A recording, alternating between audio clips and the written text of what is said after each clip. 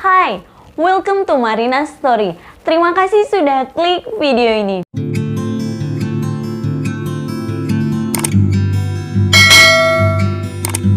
Kali ini aku mau bahas tentang sejarah kerja paksa zaman Neanderthals yang dulu katanya para pekerja itu sebenarnya dibayar, tapi duitnya nggak pernah sampai ke tangan para pekerja.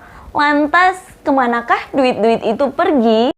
Beberapa bulan yang lalu, berita ini sempat viral di berbagai media online, baik di detik.com, kompasiana.com, kompas.com, dan bahkan sempat menjadi trending topik di Twitter. Hal ini bermula dari cuitan akun Twitter @mazini_gsp yang membenarkan hal itu. Yuk kita cari tahu kebenaran tentang berita ini.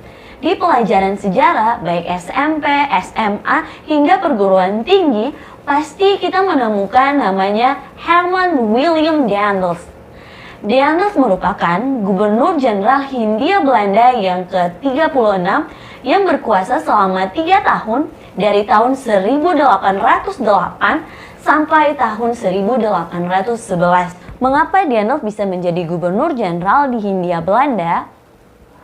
Konon, prakarsa yang mengusulkan Daendels dikirim ke Hindia Belanda untuk menjadi gubernur jenderal berasal dari salah satu tokoh sejarah paling legendaris, yaitu Napoleon Bonaparte. Sejarah mencatat, jika Daendels adalah gubernur jenderal Hindia Belanda yang memerintahkan penduduk untuk membangun jalan raya pos dari Anyer ke Panarukan sejauh 1000 km dengan cara kerja paksa alias tidak diupah atau yang kita kenal dengan kerja rodi. Namun, ada fakta lain dalam sejarah ini.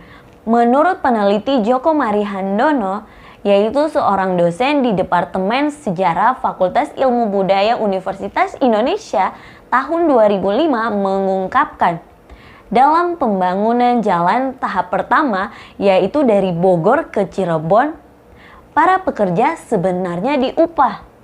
Ada 30.000 ringgit perak yang dipersiapkan sebagai ongkos pembangunan. Namun, Joko menduga uang itu tidak pernah sampai ke tangan para pekerja. Sistem pembayarannya yaitu pemerintah Hindia Belanda memberikan dana kepada para prefek, yaitu jabatan setara residen, kemudian diberikan kepada para bupati. Ini ada buktinya. Selanjutnya, dari bupati ke para pekerja tidak ada buktinya. Artinya, uang ini tidak pernah sampai ke tangan para pekerja.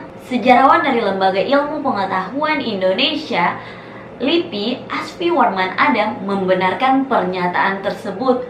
Kata Warman Adam, Daendels dikirim oleh pemerintah Prancis yang sedang menduduki Belanda. Sehingga, apa yang dilakukan Daendels tentu dilaporkan dan tercatat dalam arsip Prancis. Artinya, uang 30.000 ringgit perak yang dikeluarkan itu untuk membayar upah para pekerja. Uang yang dikorupsikan itu berdampak kepada kinerja yang menyebabkan banyaknya jumlah korban jiwa. Lebih dari 12.000 orang tewas dalam pembuatan jalan itu. Namun yang jelas, setelah kehabisan anggaran, pemerintah kolonial Hindia Belanda memberlakukan kerja paksa. Daendels pun menyerahkan pembangunan jalan raya ini kepada penguasa pribumi. Dari sini, rakyat dikenakan wajib bekerja oleh para bupati untuk membangun jalan raya dari Anyer ke Panarukan. Jadi, ternyata korban jiwa dari pembangunan jalan raya Anyer ke Panarukan adalah buah dari misi kolonial pemerintahan Hindia Belanda dan feodalisme korup para penguasa pribumi kala itu. Teman-teman, terima kasih telah menonton video ini. Semoga cerita kali ini menjadi pengingat untuk kita semua. Jangan lupa like, komen, dan subscribe. Terima kasih.